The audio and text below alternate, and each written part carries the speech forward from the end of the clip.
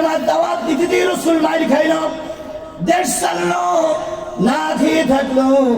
আরে তুমি আর আমি কালেমার দাওয়াত দিয়ে অনেক কিছু করতেছি, তাহলে বোঝা গেল ওই কালেমার এই কালেমার ভিতরে নিশ্চয়ই কোনো তফাৎ আছে।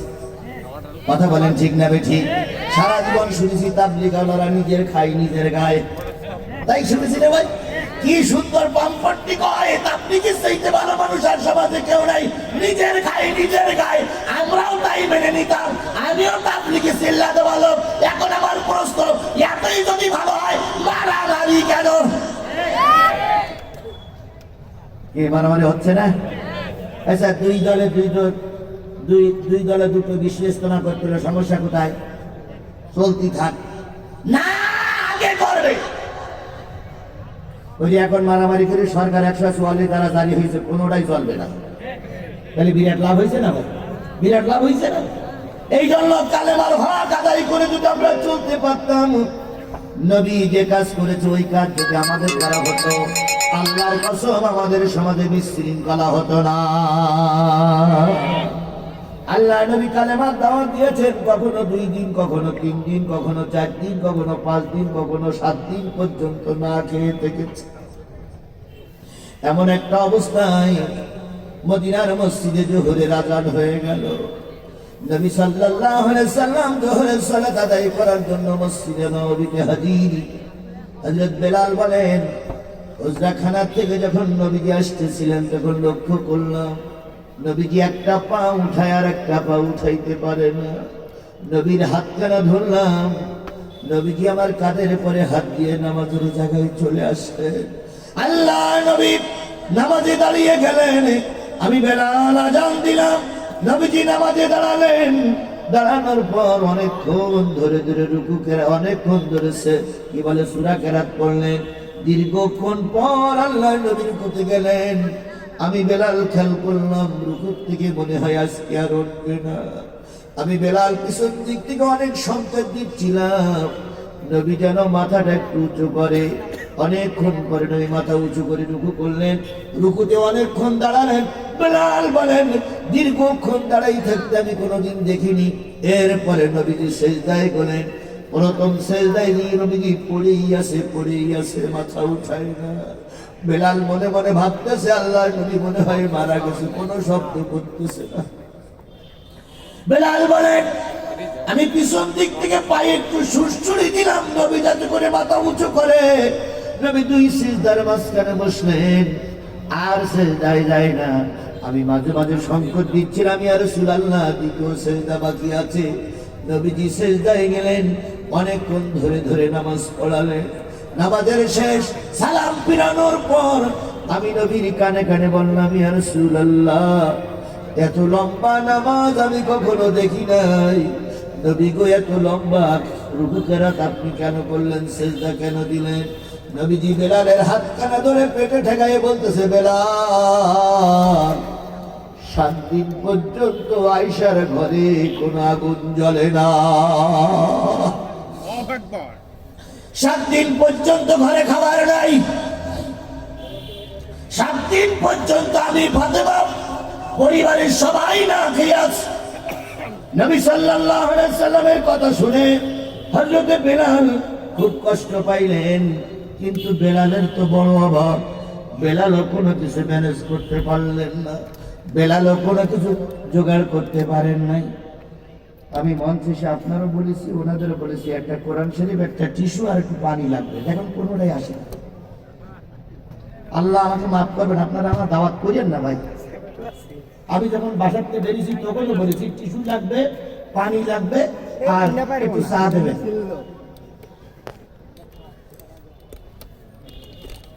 মহা বিপদ, বেশি দাওয়াত নিলে যা হয়। আমার ভাইয়েরা, আল্লাহ নবী সাল্লাল্লাহু আলাইহি সাল্লাম নামাজ শেষ করে হুজরাখানায় গেলেন। হুজরাখানায় যাওয়ার পরে তিনি আয়েশারে বলতেছে, আয়েশা আর তো সোজা হতে পারি না, আর তো দেখা হতে পারি না, আর তো দাঁড়াতে পারি না, দেখো তো কোথাও থেকে একটু খাওয়ারের ব্যবস্থা করা যায় কিনা। আয়েশা নবীজির গলা জড়াই ধরে বলতেছি, ইয়া রাসূলুল্লাহ, মুখটা ছোট হয়ে গেছে, ক্ষুধার যন্ত্রণা চলতে পারছেন না, এটাও বুঝতে পারছি, কিন্তু কোথা থেকে কোথাও ম্যানেজ করতে পারলাম না। নবীজি শুয়ে আছেন, পেটের ভিতরে একটা পাথর দিয়ে নবী ভুট হয়ে শুয়ে আছে। আমার ভাইয়েরা, আবু বকরের ওই দিন পর্যন্ত 5 দিন খাওয়া ছিল না, ওমরের ওই দিন পর্যন্ত 3 দিন পর্যন্ত খাওয়া ছিল না। 2 জন সাহাবী চলে গেলেন নিজের বাড়িতে। আবু বকর ঘরের ভিতরে ঢুকে বলতেছে, খাবারের কোনো ব্যবস্থা হলো কয় না, খাবারের কোনো ব্যবস্থা করতে পারি নাই। আবু বকর মনে মনে ভাবলেন, না না না, বাড়িতে বসে থাকলে পেটে খাবার যাবে না, নবীর দরবারে যায়, রহমতের নবী, দয়ার নবী, এক টুকরা রুটি যদি খায়, আমি আবু বকর আমারে মেহমান না বানায় নবী খাবে না। নবী সাল্লাল্লাহু আলাইহি সাল্লামের মদিনার মসজিদে আসলেন, আবু বকর বসে আছেন। নবীর বাড়ি কি হবেন? নবীর বাড়ি কি হবেন? মেহমান হবেন। একটু মেহমান হয়ে পেটের ক্ষুধা যেন একটু কমে যায়। হযরত ওমর রাদিয়াল্লাহু তাআলা ওর বাড়িতে 3 দিন খাবার নাই। ওমর রাদিয়াল্লাহু তাআলা মসজিদে আসলেন, এসে দেখে আবু বকর বসে আছে। হযরত ওমর সালাম দিয়ে বললেন, বড় ভাই, মসজিদে অসময় কেন? আবু বকর বলেন, ওমর রে, 5 দিন পর্যন্ত ঘরে কোনো খাবার নাই, এই নবীর বাড়ি এসেছি যদি নবী একটু মেহমানদারি করেন, তুমি এসেছো কেন? ওমর জামাটা উঁচু করে বলতেছে, বড় ভাই, 3 দিন পর্যন্ত আমার ঘরেও খাবার নাই। তাহলে নবী কয়দিন? 7 দিন। আবু বকর কয়দিন? আর ওমর কয়দিন? একটা লোক এখানে হাত তোলে, হুজুর আমি আজকে সারাদিন না খেয়ে আছি। একটা লোক হাত তোলে। তাহলে রাসূলের ইসলাম আর আমার ইসলাম কি করে এক হবে? রাসূল 7 দিন পর্যন্ত না খেয়ে কালেমা দাওয়াত দিয়েছে, কথা বলে ঠিক না বেটি? আর তোমার আমার এখন তো খাওয়া কম হয়ে গেলে যে অঙ্গ কোষাকষি করি, মনে হয় পৃথিবী উলট পালট হয়ে যাবে। বিরিয়ানি, পোড়া, কর্মা, তারপরে কত কিছু খাবার আমার লাগে। খাওয়া নিষেধ নয়, তবে প্রতিটা খাবারের শেষে শুকরিয়া আদায় করতে হবে কার? আরো জোরে বলেন, শুকরিয়া আদায় করতে হবে কার? আল্লাহ আমাদের বোঝার তৌফিক দান করুক, সকলে মিলে বলুন আমিন। যখন 2 জন কথোপকথন করছিলেন, তখন আল্লাহর নবী সাল্লাল্লাহু আলাইহি সাল্লাম ঘরের থেকে বেরিয়ে এসে 2 জনের সামনে দাঁড়িয়ে বললেন, আবু বকর, তোমার কথা শুনেছি, ওমর, তোমার কথাও শুনেছি, এবার তোমরা 2 জন আমার দিকে তাকায় দেখো, আমার 7 দিন না খাওয়া। 3 জন যখন কথোপকথন শেষ, এবার 3 জন বললেন, এখানে বসে থাকলে পেটে খাওয়ার যাবে না, এখানে বসে থাকলে পেটে খাওয়ার যাবে না, চলো কারোর বাড়ি একটু মেহমান হই, দেখি আমাদের দুপুর বেলা কেউ মেহমানদারি করে কিনা। তোমার বলেন, ইয়া রাসূলুল্লাহ, কার বাড়ি মেহমান হতে চান? নবীজি বলেন, ওমর রে, আবু আইয়ুব আনসারী মেহমান ছাড়া খানা খায় না। আমি মক্কা থেকে হিজরত করে যখন মদিনা আসলাম, কেউ আমাকে জায়গা দিল না, কারোর বাড়ি আমার ওটা সুযোগ হয়নি। আমাকে আবু আইয়ুব আনসারী, তিনি আমাকে মেহমান বানিয়েছিলেন। চলো আমরা আবু আইয়ুব আনসারীর বাড়ি যাই। সবাই মিলে আবু আইয়ুব আনসারীর বাড়ি গেলেন। দুপুর বেলা খাওয়া না। আবু আইয়ুব আনসারী তখন নামাজ পড়ে একটু বাগান পরিচর্যা করার জন্য গেছে, এখন বাড়ি নাই। রাসূল পাক সাল্লাল্লাহু আলাইহি সাল্লামকে আবু বকর ওমর ধরে নিয়ে আবু আইয়ুব আনসারীর বাড়ি পর্যন্ত গেলেন। নবীজি বাড়িতে দিয়ে সালাম দিলেন। আবু আইয়ুবের স্ত্রী বেরিয়ে এসে দেখে রহমতের নবীর মুখটা ছোট হয়ে গেছে। নবীজি সোজা হয়ে দাঁড়াইতে পারে না। স্ত্রী বলতেছে, আবু আইয়ুবের স্ত্রী বলতেছে, ওমর, ও বকর, নবীর দশা কেন? হযরত ওমর বললেন, আল্লাহর নবী 7 দিন পর্যন্ত কিছু খায় না। হযরত ওমর রাদিয়াল্লাহু তাআলা আনহু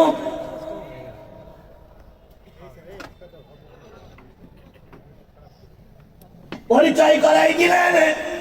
পরিচয়ের পর রাসূল পাক সাল্লাল্লাহু আলাইহি সাল্লামের সামনে কিছু খেজুর দিলেন আর কিছু সাধারণ খাবার দিয়ে উনি চলে গেলেন বাগানে।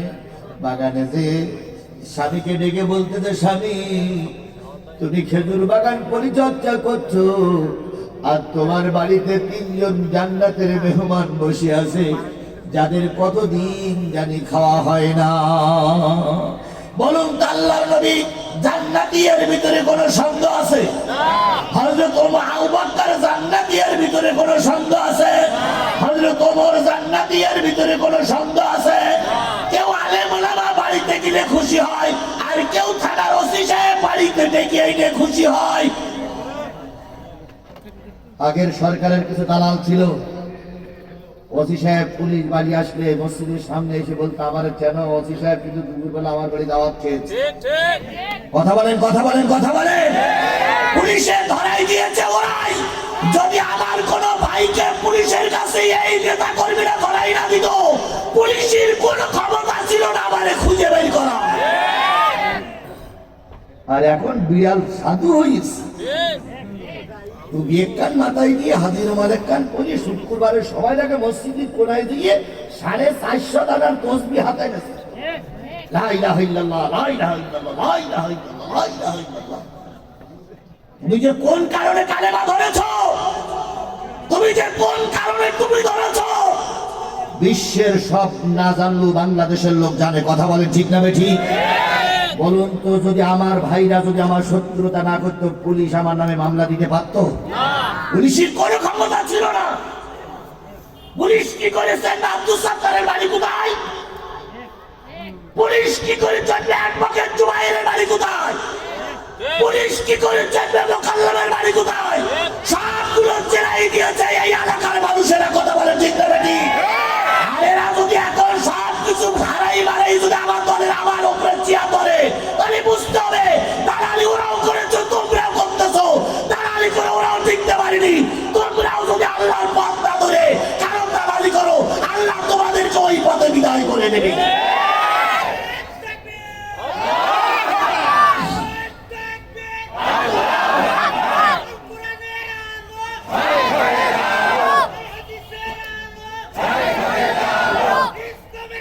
আমার ভাইরা, এই বিশাল জনগণ সাক্ষী দেয় আমরা সবাই কোরআনের পক্ষে। কথা বলে ঠিক না ঠিক? যদি আবারও ফাঁসির কাছে ঝুলতে হয়, যদি আবারও মৃত্যু জেলে যেতে হয়, যদি আবারও রাজপথে জীবন দিতে হয়, সবকিছু দিতে রাজি, তবুও জালেমদের কাছে মাথা নত করতে রাজি না। দুই হাত উঁচু করে আল্লাহরে রাখো।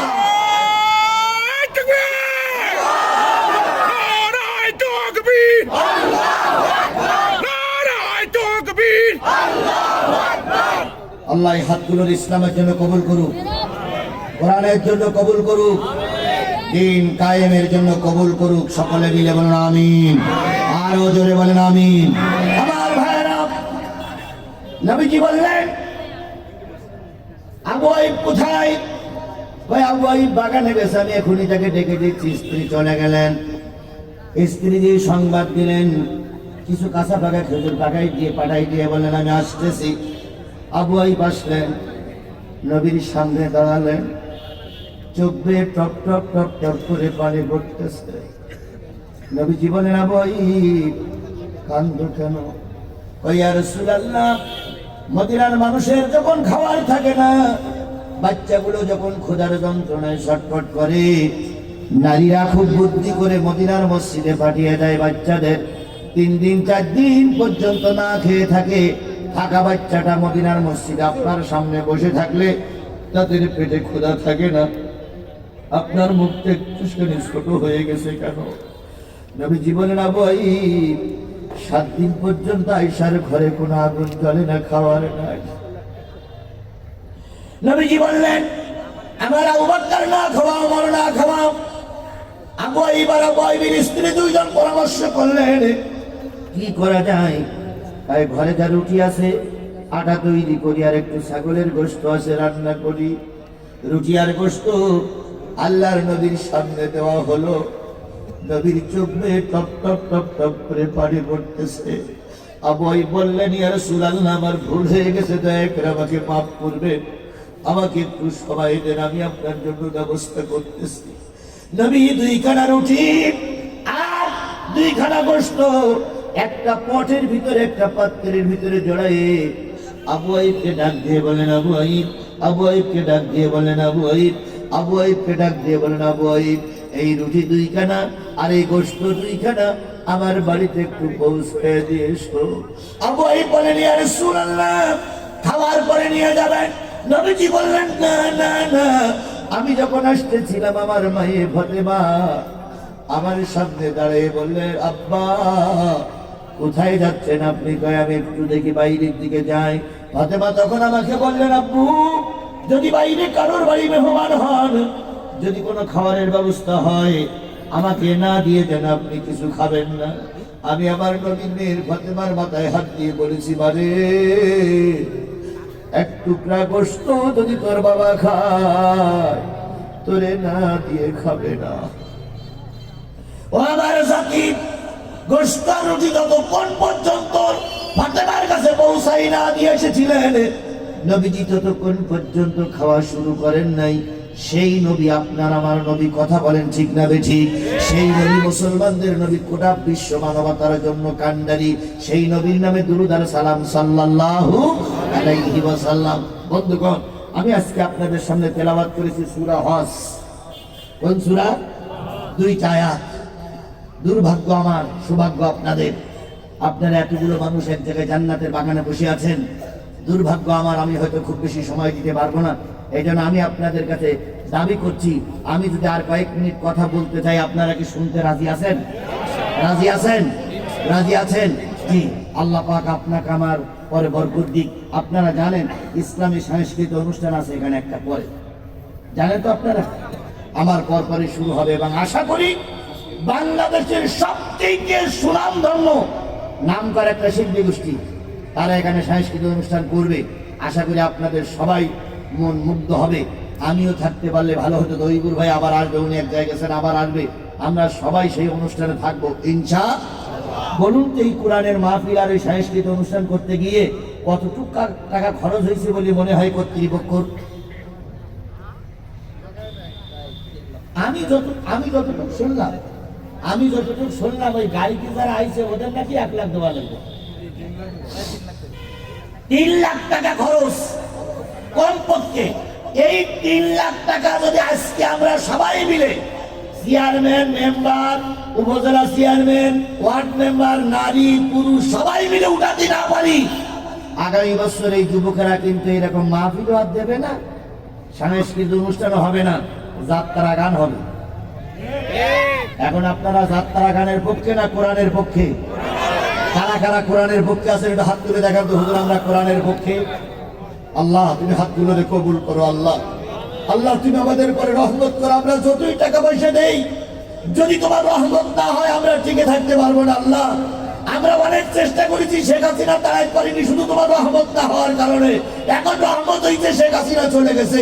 আল্লাহ, আমরা যতই হাম্পাই করি, যদি তোমার রহমত না হয় তাহলে আমরা টিকতে পারবো না। বাবু, দয়া করে আমাদের সবার পরে তুমি রহমত নাজিল করো, দেহটা গরম করে দাও, এই কোরআনের অনুষ্ঠানটা টিকে থাকে তৌফিক তুমি দান করে দাও।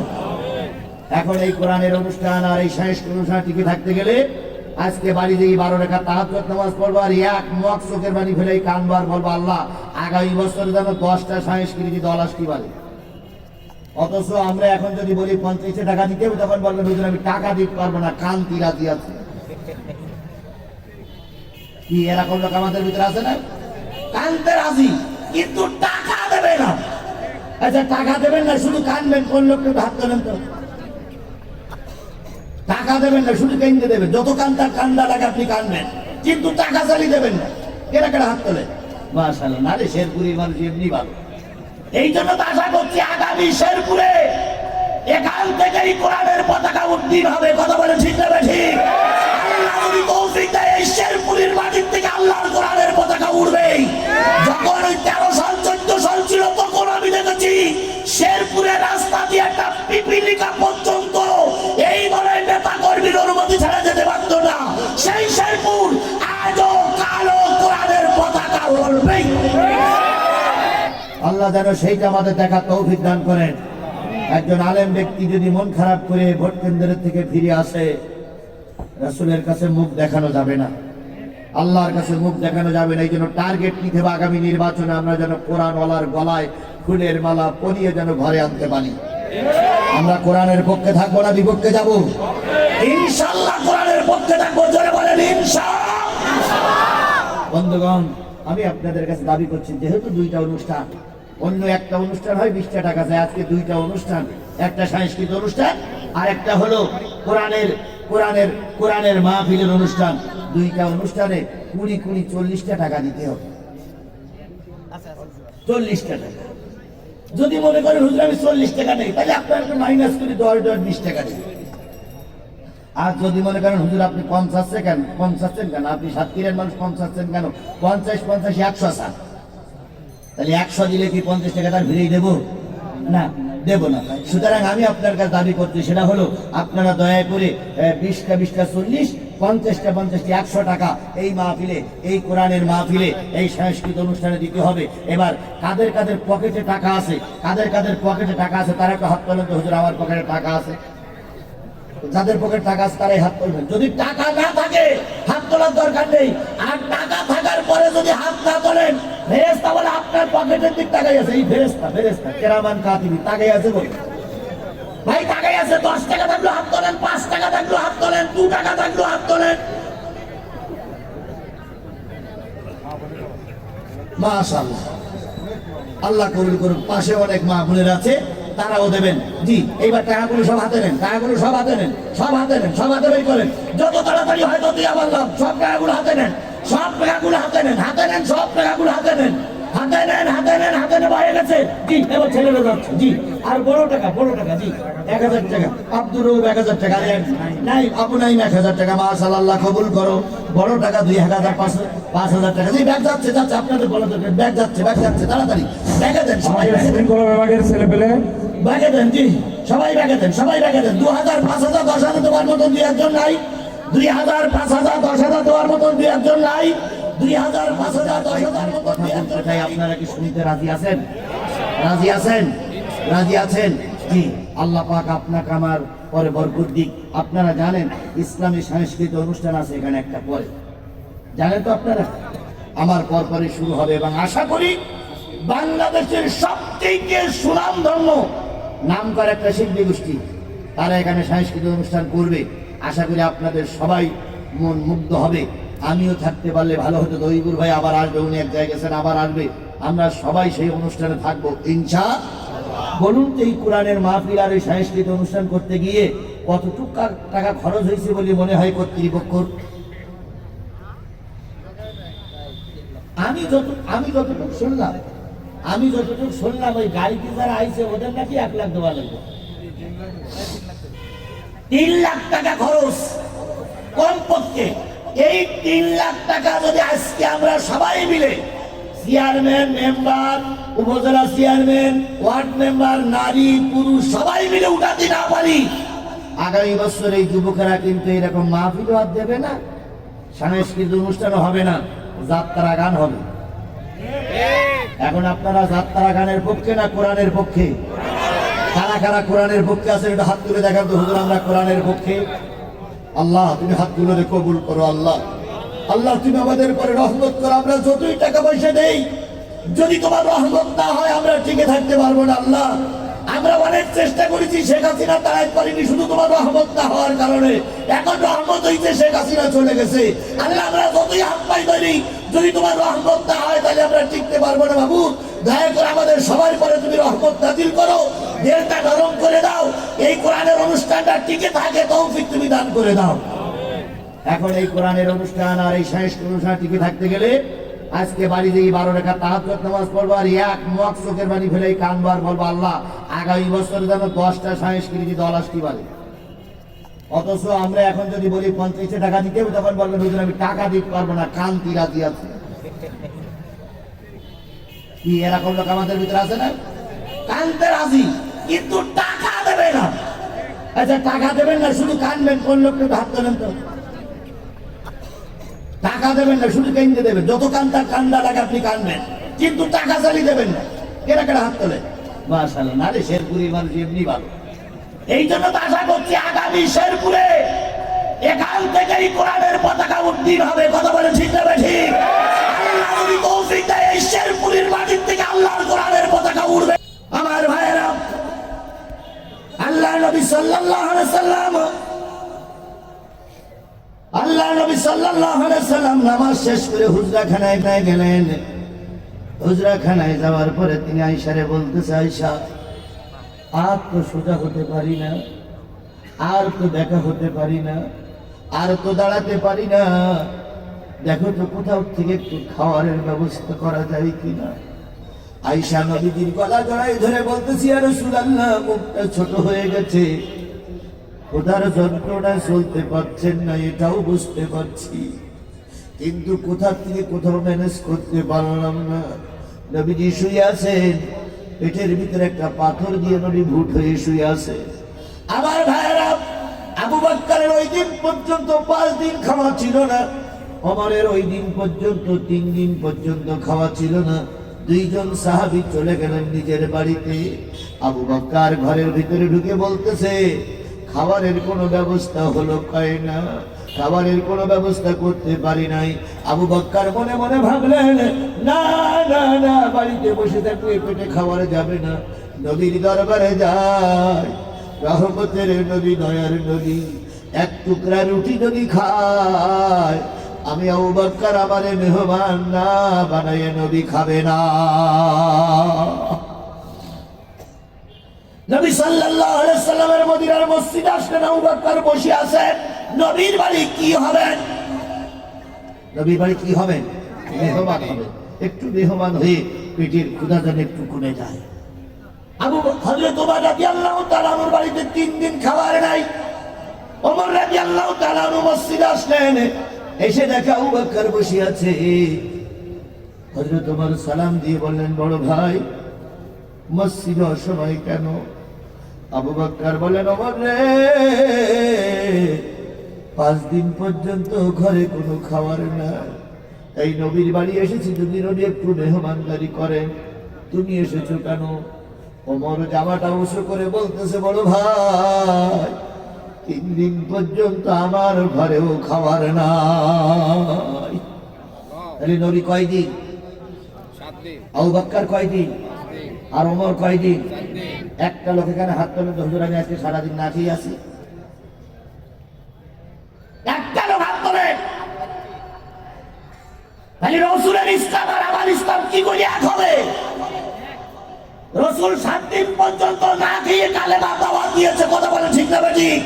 আর তোমার আমার এখন তো খাওয়া কম হয়ে গেলি, সে অঙ্গ কষাকষি করি, মনে হয় পৃথিবী উলট পালট হয়ে যাবে।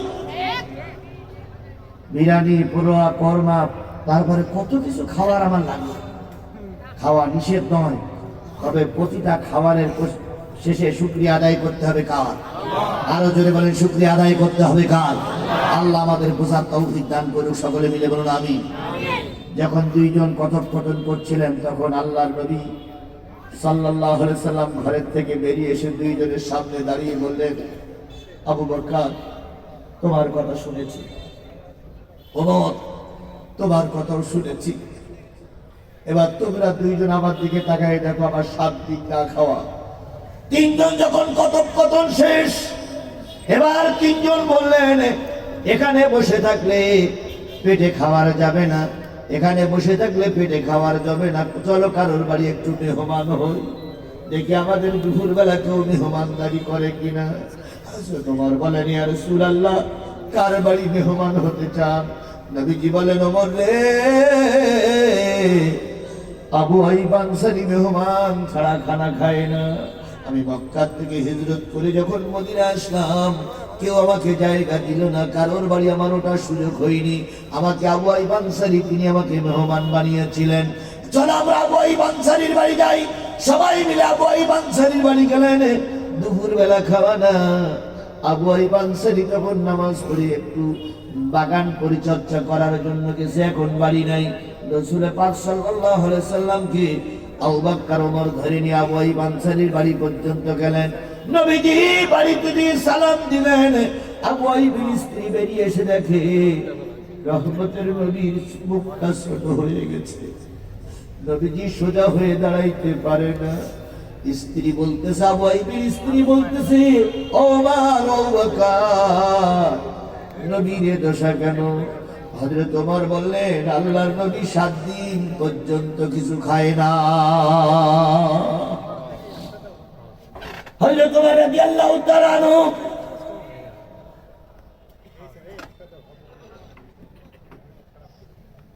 পরিচয় করাই দিলেন। পরিচয়ের পর রাসূল পাক সাল্লাল্লাহু আলাইহি সাল্লামের সামনে কিছু খেজুর দিলেন আর কিছু সাধারণ খাবার দিয়ে উনি চলে গেলেন বাগানে। বাগানে যে স্বামীকে ডেকে বলতেছে, স্বামী তুমি খেজুর বাগান পরিচর্যা করছো আর তোমার বাড়িতে 3 জন জান্নাতের মেহমান বসে আছে, যাদের কতদিন জানি খাওয়া হয় না। বলুন তো আল্লাহর নবী জান্নাতীদের ভিতরে কোনো সন্দেহ আছে? হযরত আবু বকর জান্নাতীদের ভিতরে কোনো সন্দেহ আছে? হযরত ওমর জান্নাতীদের ভিতরে কোনো সন্দেহ আছে? কেউ আলেম ওলামা বাড়িতে গেলে খুশি হয়, আর কেউ থানার ওসি সাহেব বাড়িতে ডেকে এনে খুশি হয়। আগের সরকারের কিছু দালাল ছিল, ওসি সাহেব পুলিশ বাড়ি আসলে মসজিদের সামনে এসে বলতো, আমার কেন ওসি সাহেব কিন্তু দুপুরবেলা আমার বাড়ি দাওয়াত খেয়েছে। কথা বলেন, কথা বলেন, কথা বলেন। পুলিশে ধরাই দিয়েছে ওরাই। যদি আমার কোন ভাইকে পুলিশের কাছে এই নেতা কর্মীরা ধরাই না দিত, পুলিশের কোন ক্ষমতা ছিল না আমারে খুঁজে বের করা। আর এখন বিড়াল সাধু হইছে। তুমি এক কান মাথায় দিয়ে হাজির মালেক কান পরে শুক্রবারে সবাই যাকে মসজিদে কোনায় দিয়ে 450 দানার তসবিহ হাতে নেছে। লা ইলাহা ইল্লাল্লাহ, লা ইলাহা ইল্লাল্লাহ, লা ইলাহা ইল্লাল্লাহ, লা ইলাহা ইল্লাল্লাহ। তুমি যে কোন কারণে কালেমা ধরেছো, তুমি যে কোন কারণে তুমি ধরেছো, বিশ্বের সব না জানলেও বাংলাদেশের লোক জানে। কথা বলে ঠিক না বেঠিক? বলুন তো, যদি আমার ভাইরা যদি আমার শত্রুতা না করতো, পুলিশ আমার নামে মামলা দিতে পারতো? পুলিশের কোনো ক্ষমতা ছিল না। পুলিশ কি করেছে? আব্দুল সাত্তারের বাড়ি কোথায়? পুলিশ কি করেছে? অ্যাডভোকেট জুবাইরের বাড়ি কোথায়? পুলিশ কি করেছে? মোকাল্লামের বাড়ি কোথায়? সবগুলো জেলাই দিয়েছে এই এলাকার মানুষেরা। কথা বলে ঠিক না বেঠিক? আর এরা যদি এখন সব কিছু হারাই মারাই যদি আমার দলের আমার উপরে চিয়া করে, তাহলে বুঝতে হবে দালালি ওরাও করেছো, তোমরাও করতেছো। দালালি করে ওরাও টিকতে পারিনি। তোমরাও যদি আল্লাহর পথ না ধরে কারণ দালালি করো, আল্লাহ তোমাদেরকে ওই পথে বিদায় করে দেবে।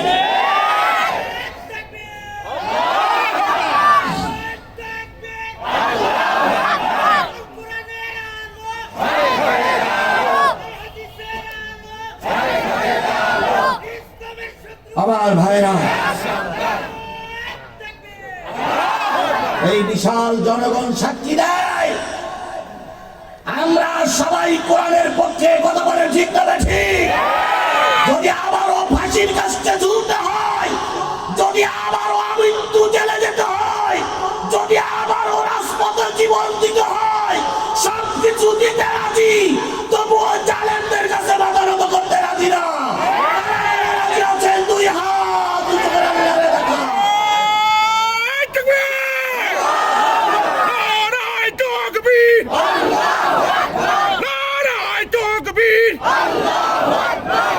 আল্লাহ এই হাতগুলোর ইসলামের জন্য কবুল করুক, কোরআনের জন্য কবুল করুক, দিন কায়েমের জন্য কবুল করুক। সকলে মিলে বলেন আমিন।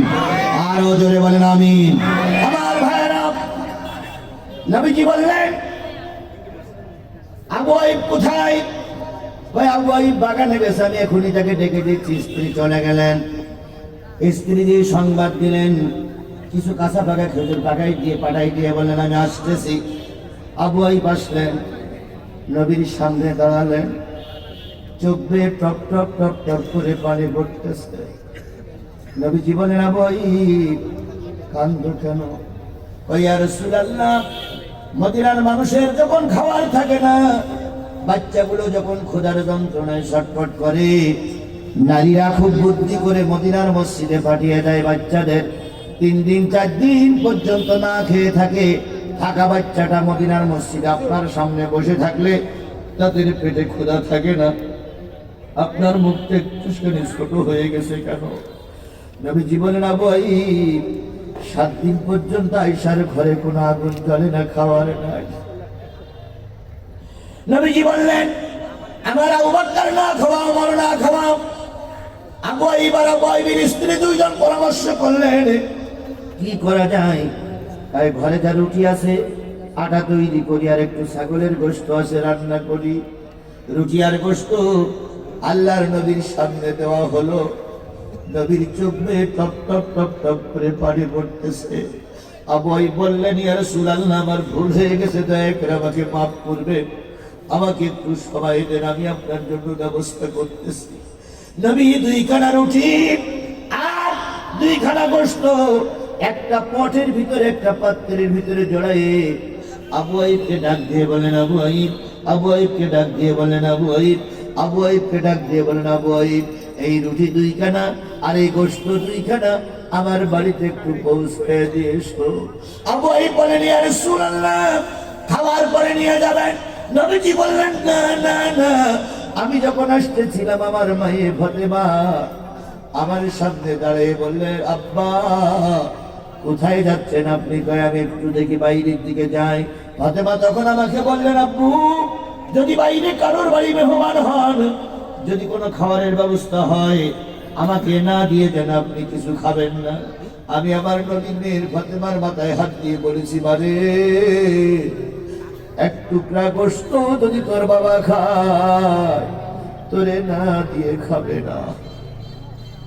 ও আমার জাতি, গোশত রুটি যতক্ষণ পর্যন্ত ফাতেমার কাছে পৌঁছাই না দিয়ে এসেছিলেন, নবীজি ততক্ষণ পর্যন্ত খাওয়া শুরু করেন নাই।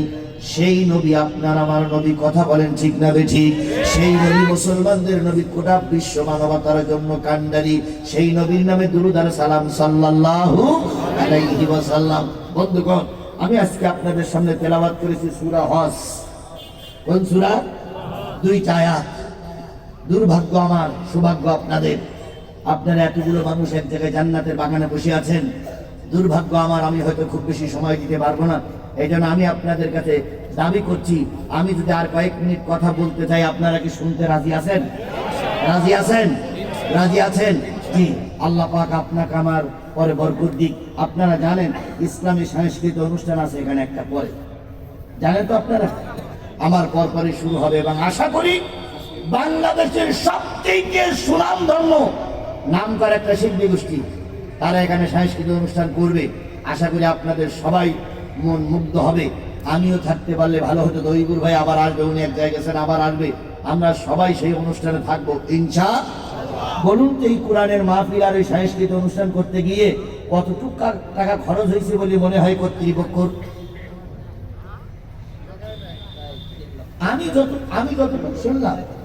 আমি যতটুকু শুনলাম ওই গাড়িতে যারা আইছে ওদের নাকি 1 লাখ দেওয়া লাগবে।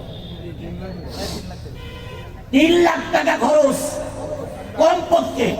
এই 3 লাখ টাকা যদি আজকে আমরা সবাই মিলে, চেয়ারম্যান, মেম্বার, উপজেলা চেয়ারম্যান, ওয়ার্ড মেম্বার, নারী পুরুষ সবাই মিলে উঠাতে না পারি, আগামী বছর এই যুবকেরা কিন্তু এরকম মাহফিলও আর দেবে না, সাংস্কৃতিক অনুষ্ঠানও হবে না, যাত্রা গান হবে। এখন আপনারা যাত্রা গানের পক্ষে না কোরআনের পক্ষে? কারা কারা কোরআনের পক্ষে আছেন একটু হাত তুলে দেখান তো। হুজুর, আমরা কোরআনের পক্ষে।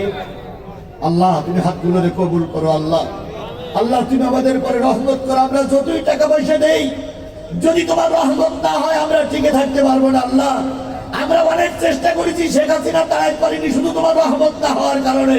এখন রহমত হইতে শেখ হাসিনা চলে গেছে। আল্লাহ, আমরা যতই হাত পাই ধরি, যদি তোমার রহমত না হয় তাহলে আমরা টিকতে পারবো না। বাবু, দয়া করে আমাদের সবার পরে তুমি রহমত নাজিল করো, দিলটা নরম করে দাও, এই কোরআনের অনুষ্ঠানটা টিকে থাকে তৌফিক তুমি দান করে দাও। এখন এই কোরআনের অনুষ্ঠান আর এই সাংস্কৃতিক অনুষ্ঠান টিকে থাকতে গেলে আজকে বাড়ি দিয়ে 12 রাকাত তাহাজ্জুদ নামাজ পড়বো আর এক মুখ চোখের পানি ফেলে কানবার বলবো, আল্লাহ আগামী বছর যেন 10টা সাংস্কৃতিক দল আসতে পারে। অথচ আমরা এখন যদি বলি 50 টাকা দিতে হবে, তখন বলবেন হুজুর আমি টাকা দিতে পারবো না, কান্তি রাজি আছে। কি এরকম লোক আমাদের ভিতরে আছে না? কানতে রাজি কিন্তু টাকা দেবে না। আচ্ছা, টাকা দেবেন না, শুধু কানবেন, কোন লোককে হাত তোলেন তো? টাকা দেবেন না, শুধু কেন্দ্রে দেবেন, যত কান্দা লাগে আপনি কানবেন, কিন্তু টাকা চালিয়ে দেবেন না। কেনা কেনা হাত তোলে, মাশাআল্লাহ। নারে শেরপুরের মানুষ এমনি ভালো। এই জন্য তো আশা করছি আগামী শেরপুরে এখান থেকেই কোরআনের পতাকা উড্ডীন হবে। কথা বলে ঠিক না বেশি? আল্লাহ যদি তৌফিক দেয় এই শেরপুরের মাটির থেকে আল্লাহর কোরআনের পতাকা উড়বেই। যখন ওই 13 সাল 14 সাল ছিল তখন আমি দেখেছি শেরপুরের রাস্তা দিয়ে একটা পিপিলিকা পর্যন্ত এই ধরনের নেতা কর্মীর অনুমতি ছাড়া যেতে পারত না। আল্লাহ নবী কালেমার দাওয়াত দিয়েছেন, কখনো 2 দিন, কখনো 3 দিন, কখনো 4 দিন, কখনো 5 দিন, কখনো 7 দিন পর্যন্ত না খেয়ে থেকেছে। এমন একটা অবস্থায় মদিনার মসজিদে জোহরের আযান হয়ে গেল। নবী সাল্লাল্লাহু আলাইহি সাল্লাম জোহরের সালাত আদায় করার জন্য মসজিদে নববীতে হাজির। হযরত বেলাল বলেন, হুজরাখানা থেকে যখন নবীজি আসতেছিলেন তখন লক্ষ্য করলাম নবীজি একটা পা উঠায় আর একটা পা উঠাইতে পারে না। নবীর হাতখানা ধরলাম, নবীজি আমার কাঁধের পরে হাত দিয়ে নামাজের জায়গায় চলে আসলেন। আল্লাহ নবী নামাজে দাঁড়িয়ে গেলেন, আমি বেলাল আযান দিলাম, নবীজি নামাজে দাঁড়ালেন। দাঁড়ানোর পর অনেকক্ষণ ধরে ধরে রুকু করে অনেকক্ষণ ধরে কি বলে সূরা কেরাত পড়লেন। দীর্ঘক্ষণ পর আল্লাহ নবী রুকুতে গেলেন। আমি বেলাল খেয়াল করলাম রুকুর থেকে মনে হয় আজকে আর উঠবে না। আমি বেলাল পিছন দিক থেকে অনেক সংকেত দিচ্ছিলাম নবী যেন মাথাটা একটু উঁচু করে। অনেকক্ষণ পরে নবী মাথা উঁচু করে রুকু করলেন। রুকুতে অনেকক্ষণ দাঁড়ালেন। বেলাল বলেন, দীর্ঘক্ষণ দাঁড়াই থাকতে আমি কোনোদিন দেখিনি। এরপরে নবীজি সেজদায় গেলেন। প্রথম সেজদায় নিয়ে নবীজি পড়েই আছে, মাথা উঠায় না। বেলাল মনে মনে ভাবতেছে আল্লাহ নবী মনে হয় মারা গেছে, কোনো শব্দ করতেছে না। বেলাল বলেন, আমি পিছন দিক থেকে পায়ে একটু সুড়সুড়ি দিলাম নবী যাতে করে মাথা উঁচু করে। নবী 2 সিজদার মাঝখানে বসলেন, আর সেজদায় যায় না। আমি মাঝে মাঝে সংকট দিচ্ছিলাম, ইয়া রাসূলুল্লাহ দ্বিতীয় সেজদা বাকি আছে। নবীজি সেজদায় গেলেন, অনেকক্ষণ ধরে ধরে নামাজ পড়ালেন। নামাজের শেষ সালাম ফিরানোর পর আমি নবীর কানে কানে বললাম, ইয়া রাসূলুল্লাহ এত লম্বা নামাজ আমি কখনো দেখি নাই। নবী গো এত লম্বা রুকু কেরাত আপনি কেন করলেন, সেজদা কেন দিলেন? নবীজি বেলালের হাতখানা ধরে পেটে ঠেকাইয়ে বলতেছে, বেলাল 7 দিন পর্যন্ত আয়েশার ঘরে কোনো আগুন জ্বলে না। 7 দিন পর্যন্ত ঘরে খাবার নাই। 7 দিন পর্যন্ত আমি ফাতেমা পরিবারের সবাই না খেয়ে আছি। নবী সাল্লাল্লাহু আলাইহি সাল্লামের কথা শুনে হযরত বেলাল খুব কষ্ট পাইলেন। কিন্তু বেলালের তো বড় অভাব, বেলালও কোনো কিছু ম্যানেজ করতে পারলেন না। বেলালও কোনো কিছু জোগাড় করতে পারলেন না। মদিনার মসজিদে জোহরের আযান হয়ে গেল। নবী সাল্লাল্লাহু আলাইহি সাল্লাম জোহরের সালাত আদায় করার জন্য মসজিদে নববীতে হাজির। হযরত বেলাল বলেন, হুজরাখানা থেকে যখন নবীজি আসতেছিলেন তখন লক্ষ্য করলাম নবীজি একটা পা উঠায় আর একটা পা উঠাইতে পারে না। নবীর হাতখানা ধরলাম, নবীজি আমার কাঁধের পরে হাত দিয়ে নামাজের জায়গায় চলে আসলেন। আল্লাহ নবী নামাজে দাঁড়িয়ে গেলেন, আমি বেলাল আযান দিলাম, নবীজি নামাজে দাঁড়ালেন। দাঁড়ানোর পর অনেকক্ষণ ধরে ধরে রুকু করে অনেকক্ষণ ধরে কি বলে সূরা কেরাত পড়লেন। দীর্ঘক্ষণ পর আল্লাহ নবী রুকুতে গেলেন। আমি বেলাল খেয়াল করলাম রুকুর থেকে মনে হয় আজকে আর উঠবে না। আমি বেলাল পিছন দিক থেকে অনেক সংকেত দিচ্ছিলাম নবী যেন মাথাটা একটু উঁচু করে। অনেকক্ষণ পরে নবী মাথা উঁচু করে রুকু করলেন। রুকুতে অনেকক্ষণ দাঁড়ালেন। বেলাল বলেন, দীর্ঘক্ষণ দাঁড়াই থাকতে আমি কোনোদিন দেখিনি। এরপরে নবীজি সেজদায় গেলেন। প্রথম সেজদায় নিয়ে নবীজি পড়েই আছে, মাথা উঠায় না। বেলাল মনে মনে ভাবতেছে আল্লাহ নবী মনে হয় মারা গেছে, কোনো শব্দ করতেছে না। বেলাল বলেন, আমি পিছন দিক থেকে পায়ে একটু সুড়সুড়ি দিলাম নবী যাতে করে মাথা উঁচু করে। নবী 2 সিজদার মাঝখানে বসলেন, আর সেজদায় যায় না। আমি মাঝে মাঝে সংকট দিচ্ছিলাম, ইয়া রাসূলুল্লাহ দ্বিতীয় সেজদা বাকি আছে। নবীজি সেজদায় গেলেন, অনেকক্ষণ ধরে ধরে নামাজ পড়ালেন। নামাজের শেষ সালাম ফিরানোর পর আমি নবীর কানে কানে বললাম, ইয়া রাসূলুল্লাহ, এত লম্বা নামাজ আমি কখনো দেখি নাই। নবী গো, এত লম্বা রুকু কেরাত আপনি কেন করলেন, সেজদা কেন দিলেন? নবীজি বেলালের হাতখানা ধরে পেটে ঠেকাইয়ে বলতেছে, বেলাল, 7 দিন পর্যন্ত আয়েশার ঘরে কোনো আগুন জ্বলে না। 7 দিন পর্যন্ত ঘরে খাবার নাই। 7 দিন পর্যন্ত আমি ফাতেমা পরিবারের সবাই না খেয়ে আছি। নবী সাল্লাল্লাহু আলাইহি সাল্লামের কথা শুনে হযরতে বেলাল খুব কষ্ট পাইলেন, কিন্তু বেলালের তো বড় অভাব। বেলালও কোনো কিছু ম্যানেজ করতে পারলেন না, বেলালও কোনো কিছু জোগাড় করতে পারেন নাই। আমি মঞ্চে এসে আপনারও বলেছি, ওনাদেরও বলেছি, একটা কোরআন শরীফ, একটা টিস্যু আর একটু পানি লাগবে। দেখুন কোনোটাই আসে না। আল্লাহ আমাকে মাফ করবেন, আপনারা আমার দাওয়াত করেন না ভাই। আমি যখন বাসার থেকে বেরিয়েছি তখনও বলেছি টিস্যু লাগবে, পানি লাগবে আর একটু চা দেবেন।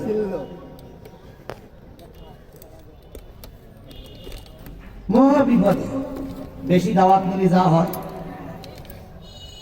আমার ভাইয়েরা, আল্লাহ নবী সাল্লাল্লাহু আলাইহি সাল্লাম নামাজ শেষ করে হুজরাখানায় গেলেন।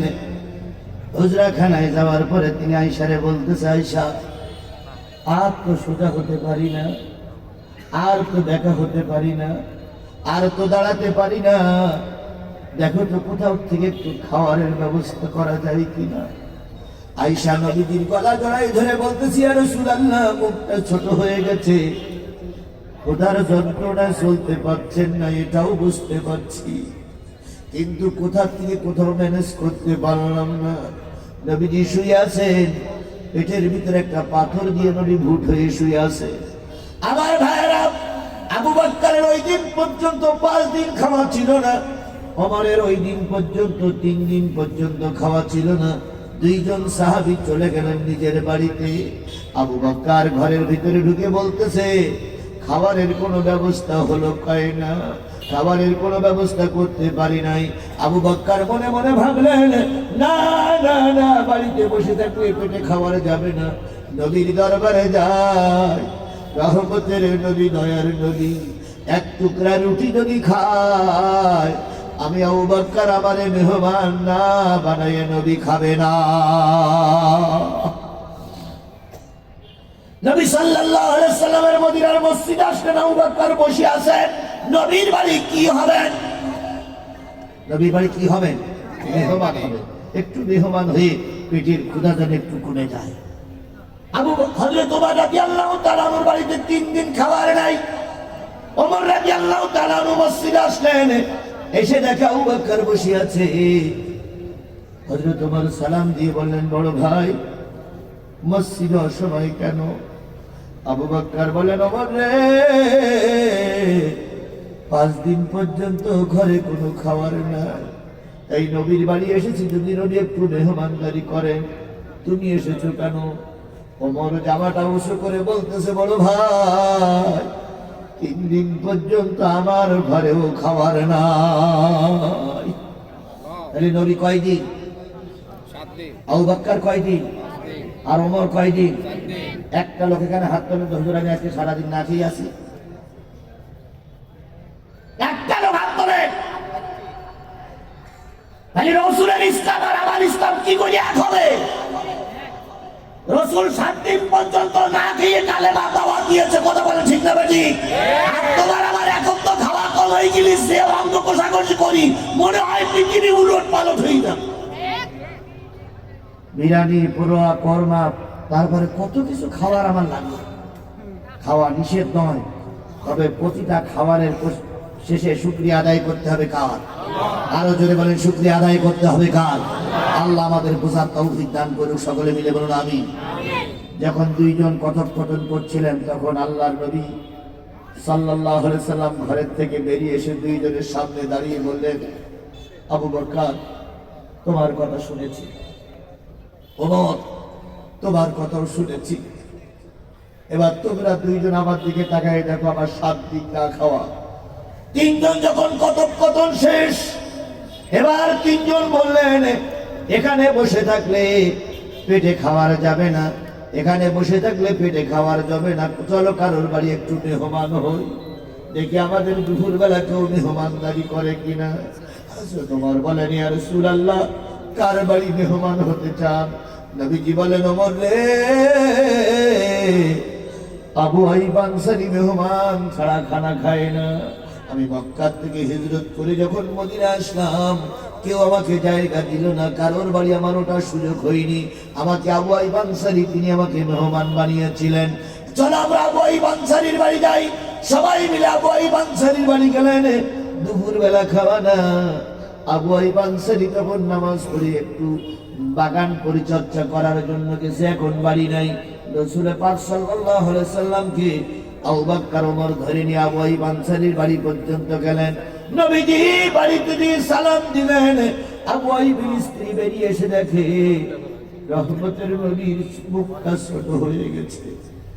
নবীজি সোজা হয়ে দাঁড়াইতে পারে না। স্ত্রী বলতেছে, আবু আইয়ুবের স্ত্রী বলতেছে, ওমর ও বকর, নবীর দশা কেন? হযরত ওমর বললেন, আল্লাহর নবী 7 দিন পর্যন্ত কিছু খায় না। হযরত ওমর রাদিয়াল্লাহু তাআলা আনহু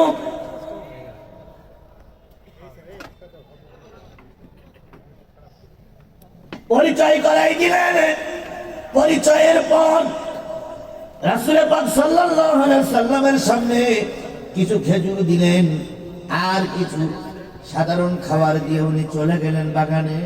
বাগানে যে স্বামীকে ডেকে বলতেছে, স্বামী তুমি খেজুর বাগান পরিচর্যা করছো আর তোমার বাড়িতে 3 জন জান্নাতের মেহমান বসে আছে, যাদের কতদিন জানি খাওয়া হয় না। বলুন তো আল্লাহর নবী জান্নাতীদের ভিতরে কোনো সন্দেহ আছে? হযরত আবু বকর জান্নাতীদের ভিতরে কোনো সন্দেহ আছে? হযরত ওমর জান্নাতীদের ভিতরে কোনো সন্দেহ আছে? কেউ আলেম ওলামা বাড়িতে গেলে খুশি হয়, আর কেউ থানার ওসি সাহেব বাড়িতে ডেকে এনে খুশি হয়। আগের সরকারের কিছু দালাল ছিল, ওসি সাহেব পুলিশ বাড়ি আসলে মসজিদের সামনে এসে বলতো, আমার কেন ওসি সাহেব কিন্তু দুপুরবেলা আমার বাড়ি দাওয়াত খেয়েছে। কথা বলেন, কথা বলেন, কথা বলেন। পুলিশে ধরাই দিয়েছে ওরাই। যদি আমার কোন ভাইকে পুলিশের কাছে এই নেতা কর্মীরা ধরাই না দিত, পুলিশের কোন ক্ষমতা ছিল না আমারে খুঁজে বের করা। আর এখন বিড়াল সাধু হইছে। তুমি এক কান মাথায় দিয়ে হাজির মালেক কান পরে শুক্রবারে সবাই লাগে মসজিদের কোনায় দিয়ে 450 টাকার তসবিহ হাতে নেছে। লা ইলাহা ইল্লাল্লাহ, লা ইলাহা ইল্লাল্লাহ, লা ইলাহা ইল্লাল্লাহ, লা ইলাহা ইল্লাল্লাহ। তুমি যে কোন কারণে কালেমা ধরেছো? তুমি যে কোন কারণে তুমি ধরেছো? বিশ্বের সব না জানলেও বাংলাদেশের লোক জানে। কথা বলেন ঠিক না বেঠিক? বলুন তো, যদি আমার ভাইরা যদি আমার শত্রুতা না করতো, পুলিশ আমার নামে মামলা দিতে পারত? পুলিশের কোনো ক্ষমতা ছিল না। পুলিশ কি করেছে? আব্দুল সাত্তারের বাড়ি কোথায়? পুলিশ কি করেছে? অ্যাডভোকেট জুবাইরের বাড়ি কোথায়? পুলিশ কি করেছে? মোকাল্লামের বাড়ি কোথায়? সবগুলো জেলায় দিয়েছে এই এলাকার মানুষেরা। কথা বলে ঠিক না বেঠিক? এরা যদি এখন সব কিছু হারাই মারাই যদি আমার দলের আমার উপরে চিয়া করে, তাহলে বুঝতে হবে দালালি ওরাও করেছো, তোমরাও করতেছো। দালালি করে ওরাও টিকতে পারেনি।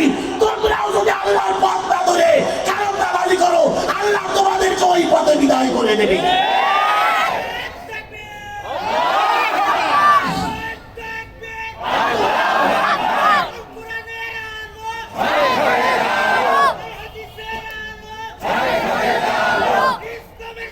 আমার ভাইরা,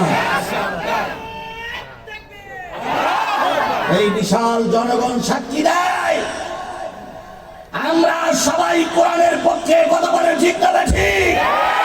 যদি আবারও ফাঁসির কাছে ঝুলতে হয়, যদি আবারও মৃত্যু জেলে যেতে হয়, যদি আবারও রাজপথে জীবন দিতে হয়, সবকিছু দিতে রাজি, তবুও জালেমদের কাছে মাথা নত করতে রাজি না। দুই হাত উঁচু করে আল্লাহরে দেখা। নারায়ে তাকবীর, নারায়ে তাকবীর, আল্লাহু আল্লাহ এই হাতগুলোর ইসলামের জন্য কবুল করুক, কোরআনের জন্য কবুল করুক, দিন কায়েমের জন্য কবুল করুক। সকলে মিলে বলেন আমিন, আরো জোরে বলেন আমিন। আমার ভাইরা, নবীজি বললেন আবু আইব কোথায়? ভাই আবু আইব বাগানে গেছে, আমি এখনই তাকে ডেকে দিচ্ছি। স্ত্রী চলে গেলেন, স্ত্রী দিয়ে সংবাদ দিলেন, কিছু কাঁচা পাকা খেজুর পাঠাই দিয়ে বললেন আমি আসতেছি। আবু আইব আসলেন, নবীর সামনে দাঁড়ালেন, চোখ বেয়ে টপ টপ টপ টপ করে পানি পড়তেছে। নবীজি বলেন আবু আইব কান্দো কেন? কই ইয়া রাসূলুল্লাহ, মদিনার মানুষের যখন খাবার থাকে না, বাচ্চাগুলো যখন ক্ষুধার যন্ত্রণায় ছটফট করে, নারীরা খুব বুদ্ধি করে মদিনার মসজিদে পাঠিয়ে দেয় বাচ্চাদের। 3 দিন 4 দিন পর্যন্ত না খেয়ে থাকে, থাকা বাচ্চাটা মদিনার মসজিদে আপনার সামনে বসে থাকলে তাদের পেটে ক্ষুধা থাকে না। আপনার মুখটা একটু ছোট হয়ে গেছে কেন? নবীজি বলেন আবু আইব 7 দিন পর্যন্ত আয়েশার ঘরে কোনো আগুন জ্বলে না, খাওয়ার নাই। নবীজি বললেন আমার আবু বকর না খাওয়াও, আমার না খাওয়াও। আবু আইব আর আবু আইবের স্ত্রী দুইজন পরামর্শ করলেন কি করা যায়। তাই ঘরে যা রুটি আছে আটা তৈরি করি, আর একটু ছাগলের গোশত আছে রান্না করি। রুটি আর গোশত আল্লাহর নবীর সামনে দেওয়া হলো। নবীর চোখ বেয়ে টপ টপ টপ টপ করে পানি পড়তেছে। আবু আইব বললেন ইয়া রাসূলুল্লাহ, আমার ভুল হয়ে গেছে, দয়া করে আমাকে মাফ করবেন, আমাকে একটু সময় দেন, আমি আপনার জন্য ব্যবস্থা করতেছি। নবী 2 খানা রুটি আর 2 খানা গোশত একটা পটের ভিতরে, একটা পাত্রের ভিতরে জড়াই আবু আইবকে ডাক দিয়ে বলেন আবু আইব, আবু আইবকে ডাক দিয়ে বলেন আবু আইব, আবু আইবকে ডাক দিয়ে বলেন আবু আইব, এই রুটি 2 খানা আর এই গোশত 2 খানা আমার বাড়িতে একটু পৌঁছে দিয়ে এসো। আবু আইব বলেন ইয়া রাসূলুল্লাহ, খাওয়ার পরে নিয়ে যাবেন। নবীজি বললেন না না না, আমি যখন আসতেছিলাম আমার মায়ে ফাতেমা আমার সামনে দাঁড়িয়ে বললেন আব্বা কোথায় যাচ্ছেন আপনি? কয় আমি একটু দেখি বাইরের দিকে যাই। ফাতেমা তখন আমাকে বললেন আব্বু যদি বাইরে কারোর বাড়ি মেহমান হন, যদি কোনো খাবারের ব্যবস্থা হয় আমাকে না দিয়ে যেন আপনি কিছু খাবেন না। আমি আমার নবীর মেয়ের ফাতেমার মাথায় হাত দিয়ে বলেছি বারে এক টুকরা গোশত যদি তোর বাবা খায় তোরে না দিয়ে খাবে না। ও আমার সাকিব, গোশত রুটি যতক্ষণ পর্যন্ত ফাতেমার কাছে পৌঁছাই না দিয়ে এসেছিলেন, নবীজি ততক্ষণ পর্যন্ত খাওয়া শুরু করেন নাই। সেই নবী আপনার আমার নবী, কথা বলেন ঠিক না বেঠিক? সেই নবী মুসলমানদের নবী, গোটা বিশ্ব মানবতার জন্য কান্ডারি, সেই নবীর নামে দুরূদ আর সালাম সাল্লাল্লাহু আলাইহি ওয়াসাল্লাম। বন্ধুগণ, আমি আজকে আপনাদের সামনে তেলাওয়াত করেছি সূরা হজ। কোন সূরা? 2টা আয়াত। দুর্ভাগ্য আমার, সৌভাগ্য আপনাদের, আপনারা এতগুলো মানুষ এক জায়গায় জান্নাতের বাগানে বসে আছেন। দুর্ভাগ্য আমার, আমি হয়তো খুব বেশি সময় দিতে পারবো না। এই জন্য আমি আপনাদের কাছে দাবি করছি, আমি যদি আর কয়েক মিনিট কথা বলতে চাই, আপনারা কি শুনতে রাজি আছেন? রাজি আছেন? রাজি আছেন? জি, আল্লাহ পাক আপনাকে আমার পরে বরকত দিক। আপনারা জানেন ইসলামী সাংস্কৃতিক অনুষ্ঠান আছে এখানে একটা পরে, জানেন তো আপনারা? আমার পরে শুরু হবে এবং আশা করি বাংলাদেশের সবচেয়ে সুনামধন্য নামকরা একটা শিল্পী গোষ্ঠী তারা এখানে সাংস্কৃতিক অনুষ্ঠান করবে। আশা করি আপনাদের সবাই মন মুগ্ধ হবে। আমিও থাকতে পারলে ভালো হতো। দহিবুর ভাই আবার আসবে, উনি এক জায়গায় গেছেন, আবার আসবে। আমরা সবাই সেই অনুষ্ঠানে থাকবো ইনশাআল্লাহ। বলুন তো এই কোরআনের মাহফিল আর এই সাংস্কৃতিক অনুষ্ঠান করতে গিয়ে কতটুকু টাকা খরচ হয়েছে বলে মনে হয় কর্তৃপক্ষ? আমি যতটুকু শুনলাম ওই গাড়িতে যারা আইছে ওদের নাকি 1 লাখ দেওয়া লাগবে। 3 লাখ টাকা খরচ কমপক্ষে। এই 3 লাখ টাকা যদি আজকে আমরা সবাই মিলে, চেয়ারম্যান, মেম্বার, উপজেলা চেয়ারম্যান, ওয়ার্ড মেম্বার, নারী পুরুষ সবাই মিলে উঠাতে না পারি, আগামী বছর এই যুবকেরা কিন্তু এরকম মাহফিল আর দেবে না, সাংস্কৃতিক অনুষ্ঠান হবে না, যাত্রা গান হবে। এখন আপনারা যাত্রা গানের পক্ষে না কোরআনের পক্ষে? কারা কারা কোরআনের পক্ষে আছেন একটু হাত তুলে দেখান তো। হুজুর আমরা কোরআনের পক্ষে। আল্লাহ তুমি হাতগুলো কবুল করো আল্লাহ। আল্লাহ তুমি আমাদের পরে রহমত করো। আমরা যতই টাকা পয়সা দেই, যদি তোমার রহমত না হয় আমরা টিকে থাকতে পারবো না আল্লাহ। আমরা অনেক চেষ্টা করেছি, শেখ হাসিনা তাড়াইতে পারিনি শুধু তোমার রহমত না হওয়ার কারণে। এখন রহমত হইতে শেখ হাসিনা চলে গেছে আল্লাহ। আমরা যতই হাত পাই ধরি, যদি তোমার রহমত না হয় তাহলে আমরা টিকতে পারবো না বাবু। দয়া করে আমাদের সবার পরে তুমি রহমত নাজিল করো, দেহটা গরম করে দাও, এই কোরআনের অনুষ্ঠানটা টিকে থাকে তৌফিক তুমি দান করে দাও। এখন এই কোরআনের অনুষ্ঠান আর এই সাংস্কৃতিক অনুষ্ঠান টিকে থাকতে গেলে আজকে বাড়ি যেই 12 রাকাত তাহাজ্জুদ নামাজ পড়বো আর এক মুখ চোখের পানি ফেলে কানবার বলবো আল্লাহ আগামী বছর যেন 10টা সাংস্কৃতিক দল আসতে পারে। অথচ আমরা এখন যদি বলি 50 টাকা দিতে হবে, তখন বলবেন হুজুর আমি টাকা দিতে পারবো না, কান্তি রাজি আছে। কি এরকম লোক আমাদের ভিতরে আছে না? কানতে রাজি কিন্তু টাকা দেবে না। আচ্ছা টাকা দেবেন না, শুধু কানবেন, কোন লোককে হাত তোলেন তো?